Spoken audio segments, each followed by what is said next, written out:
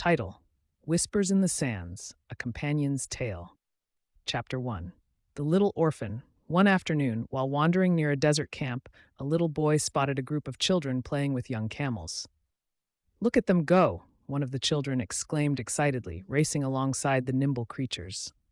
"Yeah, I bet my camel can beat yours," another shouted, laughter filling the air. The little boy watched from a distance, a flicker of longing crossing his face as he remembered the carefree days before his world had changed forever.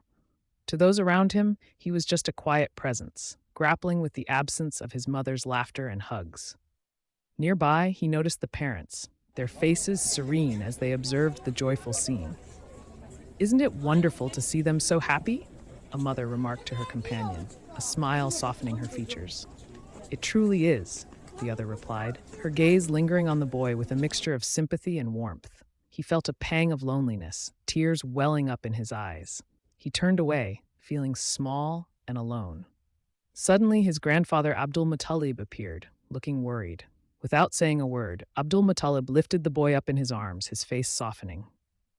Abdul Muttalib, the esteemed grandfather of Prophet Muhammad, belonged to the prestigious lineage of the Quraysh tribe in Makkah.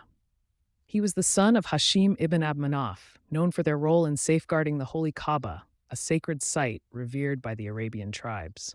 Abdul Muttalib's lineage traced back to Adnan, a descendant of Prophet Ismail, a.s., son of Prophet Ibrahim, a.s. His leadership and wisdom guided the Quraysh during pivotal moments, including the defense of Makkah during the Pact of the Elephant. Abdul Muttalib's legacy of courage and devotion to his people and their sacred traditions remains an enduring symbol of strength and honor in Islamic history. "My boy," Abdul Muttalib said gently, "what's wrong?" The boy couldn't speak, just pointed towards the children playing nearby. Abdul Muttalib understood. He put the boy on his shoulders, and they walked towards the playing kids together. One of the women playing saw them coming. "Abdul Muttalib," she said kindly, "how can we help you and your little falcon today?" Abdul Muttalib smiled warmly, a real smile for the first time since his daughter-in-law passed away.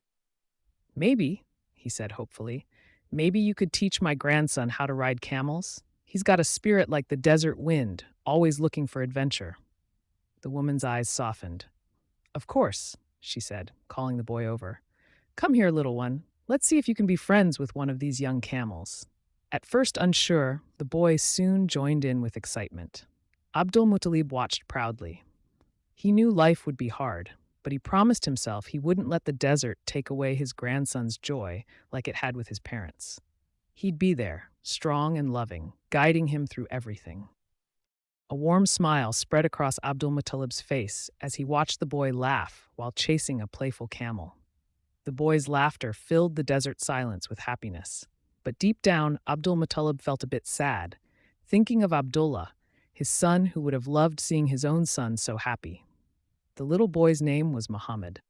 Abdul Muttalib closed his eyes, and a flood of memories unfolded like a vivid dream.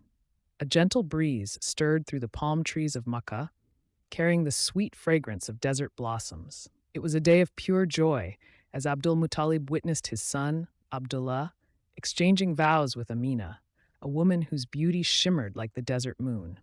Laughter danced in the air as the newlyweds embarked on their journey together. Yet, their happiness was fleeting. One scorching afternoon, a dark cloud descended upon their home. News arrived that dates, vital for trade and sustenance in Makkah, were scarce. Abdul Muttalib turned to Abdullah, his voice heavy with concern, and placed a comforting hand on his son's shoulder. "Ya Abdullah," he said, his voice weathered by the desert sun, "the people of Makkah are in need. Dates are like gold in these times. Perhaps a trip to Medina will be fruitful?" Abdullah, ever dutiful, readily agreed. "Of course, father," he said, a determined glint in his eyes. "I will leave at dawn and return with enough dates to fill the bellies of Makkah." A flurry of excitement filled the air as Abdullah prepared for his journey to Medina. He checked the supplies, the sturdy camels laden with provisions for the harsh desert crossing. Amina, her face radiant with a newfound glow, stood beside him. "I have something to tell you, Abdullah," she said, her voice barely a whisper. Her hand trembled as she reached for his. Abdullah, his eyes filled with concern, cupped her face in his calloused hands. "What is it, my love?" he asked. his voice laced with worry.